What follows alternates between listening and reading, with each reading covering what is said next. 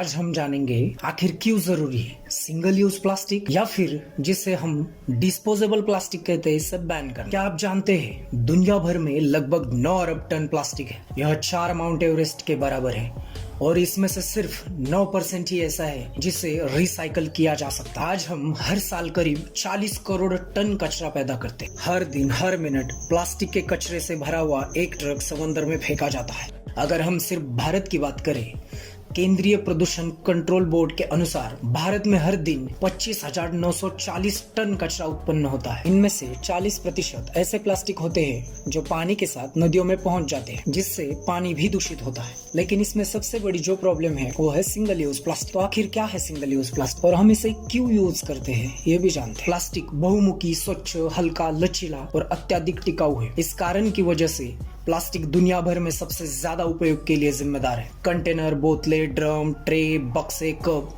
और wedding packaging, शिशु उत्पादों और सुरक्षा पैकेजिंग सहित कई पैकेजिंग अनुप्रयोगों में उपयोग किया जाता है। प्लास्टिक के कप, प्लास्टिक के डिब्बे, प्लास्टिक कटलरी, ईयरबड्स, प्लास्टिक के स्ट्रॉ, प्लास्टिक के चम्मच, प्लास्टिक के फ्लैग। लेकिन इसमें सबसे बड़ी जो प्रॉब्लम है वो है प्लास्टिक की थैलियां। अपशिष्ट प्लास्टिक थैलियां भूमि और पानी को अत्यधिक प्रदूषित कर रही है। प्लास्टिक की थैलियां धरती के साथ साथ पानी में रहने वाले जानवरों के लिए भी खतरा बन गई है। प्लास्टिक की बेकार थैलियों से निकलने वाले रसायन मिट्टी में मिल जाते हैं और इसे बांझ बना देते हैं। प्लास्टिक के थैलियों का मानव स्वास्थ्य पर भी नकारात्मक प्रभाव पड़ रहा है। प्लास्टिक की थैलियों से जल निकासी की समस्या भी होती है। स्मरण रहे कि पृथ्वी के तल पर जमा पॉलीथीन जमीन का जल सोखने की क्षमता खत्म कर रहा है। इससे भूजल स्तर गिर रहा है। सुविधा के लिए बनाई गई पॉलीथीन आज सबसे बड़ी असुविधा का कारण बन गई है। प्राकृतिक तरीके से नष्ट न होने के कारण यह धरती की उर्वरक क्षमता को भी धीरे धीरे समाप्त कर रही है।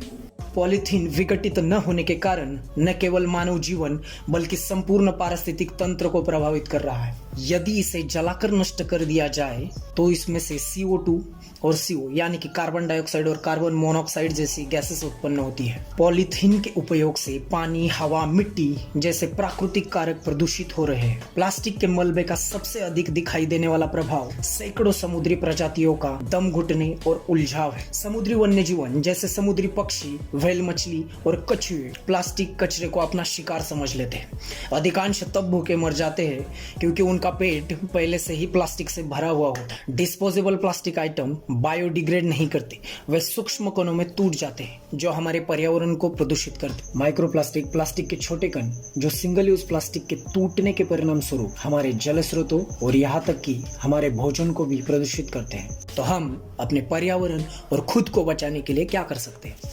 मिट्टी के पारंपरिक तरीके से बने बर्तनों का इस्तेमाल कर सकते हैं। प्लास्टिक से पीछा छुड़ाने के लिए हमें अपनी आदतें भी बदलनी होगी। पैकेजिंग उद्योग को एकदम नई सोच के साथ काम करना होगा। अभी पैकेजिंग में इस्तेमाल होने वाली प्लास्टिक को एक बार यूज करके फेंक दिया जाता है। हमें इस आदत से पीछा छुड़ाना होगा। ऐसे प्लास्टिक के इस्तेमाल से बचे जिसे एक बार इस्तेमाल करने के बाद फेंक दिया जाता हो, जैसे कि प्लास्टिक के पतले ग्लास, तरल पदार्थ पीने की स्ट्रॉ और इसी तरह के अन्य सामान। दुकानदारों को कागज के थैले का उपयोग करने का आग्रह कर सकते हैं। खरीदारी के लिए बाजार जाते समय हम घर से ही कपड़े का बैग लेकर जा सकते हैं। आप कम से कम प्लास्टिक सामान फेंकने की कोशिश करें। अपने आसपास प्लास्टिक के कम इस्तेमाल को लेकर चर्चा करें। हमें अपने आप से प्लास्टिक को खत्म करने की कोशिश नहीं करनी है।